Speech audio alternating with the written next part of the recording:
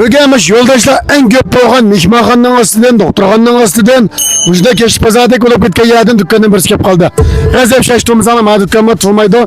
Dükkanning sharoit intayin yaxshi, 73 kvadrat metr dükkan. Mana bu qanlam judiyam mehmonxona va sayohatchilik kelib turgan.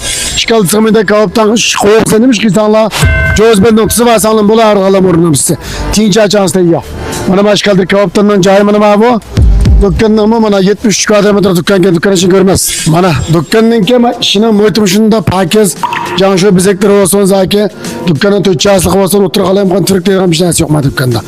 Dükkanın kotan rayını imtihan karşılık bayatın göre tonu olduk. Endin dükkanın bu urne kaz doktorxana degende bu işçiler doktorxanasından ki karıştırıp bilen joylashgan. Yeni işçilerin acımayın ha.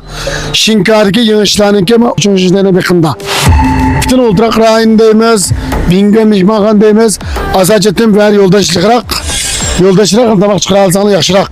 Kebap deymiz, bir şeyler men kebap. Hada pence, lazı jomacı degende. Bu şunda tamak çıkara kalaka çokum bazır yaxşı oldu avrum.